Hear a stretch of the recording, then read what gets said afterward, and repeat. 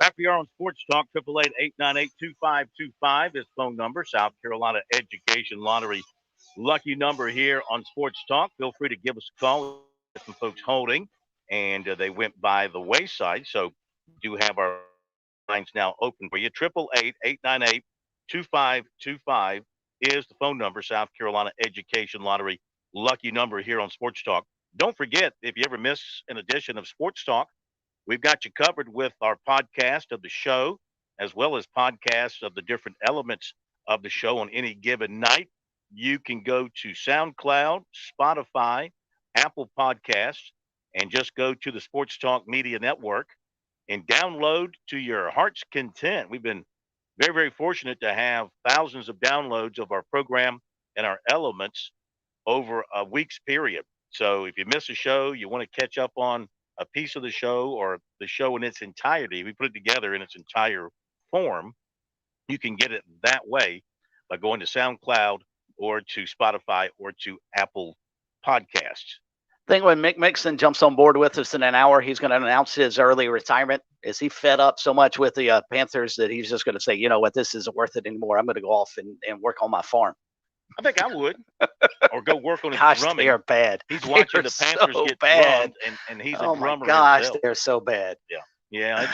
What's happened with Cam Newton after that one game return where he created all that excitement, and since then, it's been squat.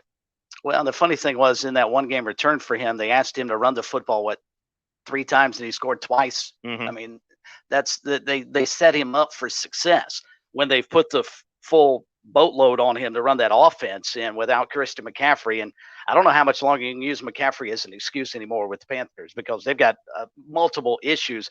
And I'm beginning to wonder now that Joe Brady is out of the way at offensive coordinator, I wonder how much longer Matt Rule's going to hold on to his job. That's been a big question.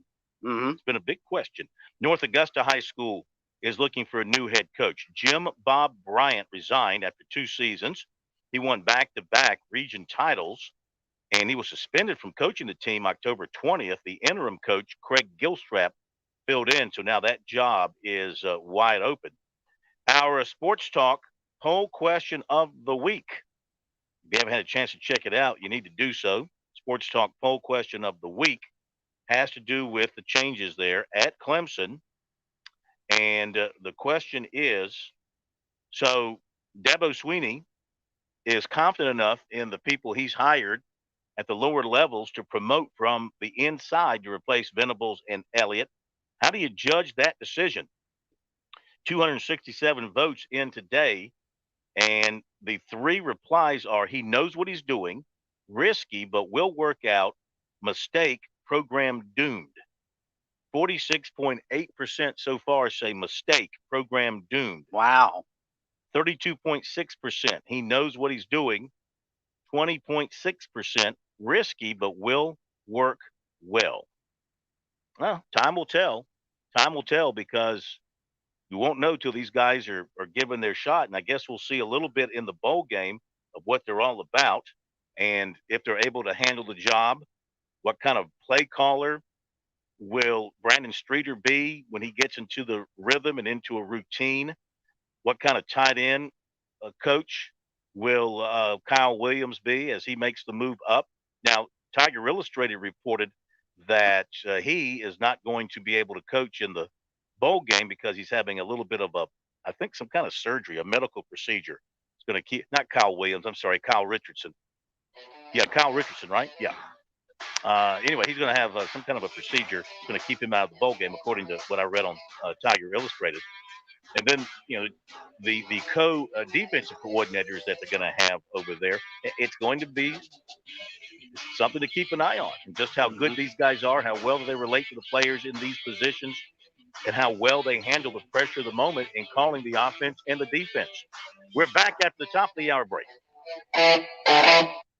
By the way, before we do what's supposed to happen here, thank you for pushing the button. I thank you. Programming thanks you. America thanks you. WQXL Columbia, W264DF. From the Bart Fireside Studio, the solution for keeping you warm this winter. This is 107 The Point. Breaking news this hour from townhall.com. I'm Keith Peters. President Biden will make a trip to the tornado-ravaged area of Kentucky on Wednesday. The president says he worries about tornado deaths and damage, but also about the mental health of survivors who lost so much. The peace of mind of people being able to actually put their head on a pillow, lie down on a bed, be able to know their kids are going to be okay. He also says the federal government is ready to do everything needed to help. This administration has made it clear to every governor, whatever they need, when they need it. When they need it, make it known to me, and we'll get it to them as rapidly as we can. Kentucky's governor said that at least 64 people were killed in the state during a devastating cluster of tornadoes. At least 14 people are dead in 4 other states: Illinois, Tennessee, Arkansas, and Missouri. The leaders of China and Russia will be holding a virtual summit this week. White House correspondent Greg Clugston reports. Chinese leader Xi Jinping and Russian President Vladimir Putin are scheduled to meet virtually on Wednesday to discuss bilateral relations and international issues. The talks come amid tensions between Moscow and the West over a buildup of tens of thousands of Russian troops near the Ukrainian border. Last week, President Biden warned Putin during a video call that Moscow would face painful economic sanctions if it invaded Ukraine. Greg Clugston, Washington. Senator Joe Manchin says Democrats should curb the cost of their $2 trillion social and environment bill by choosing their top priorities. The West Virginia Democrat spoke to reporters as he, as President Biden, planned a Monday afternoon phone call to discuss how to advance the long-stalled package. On Wall Street, the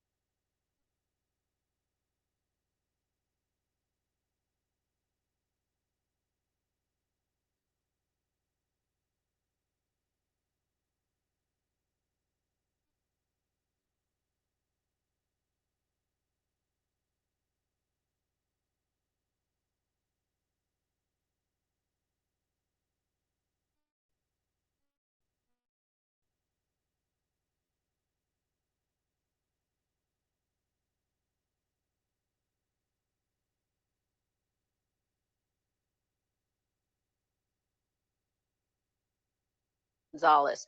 Officers were later called to the medical center where some of the wounded were taken because of a disturbance there. I'm Julie Walker. former Minneapolis police officer Derek Chauvin appears to be on the verge of pleading guilty to violating George Floyd's civil rights. Hearing's been scheduled for Wednesday. News and analysis at townhall.com. I'm Keith Peters in Washington.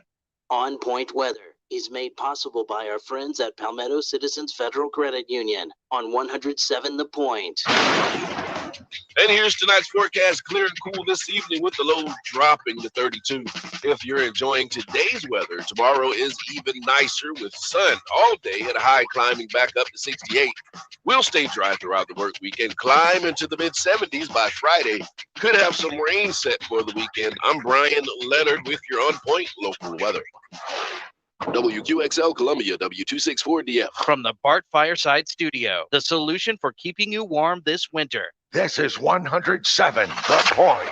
Ooh, you shouldn't have pressed that button. Oh. Now you get this.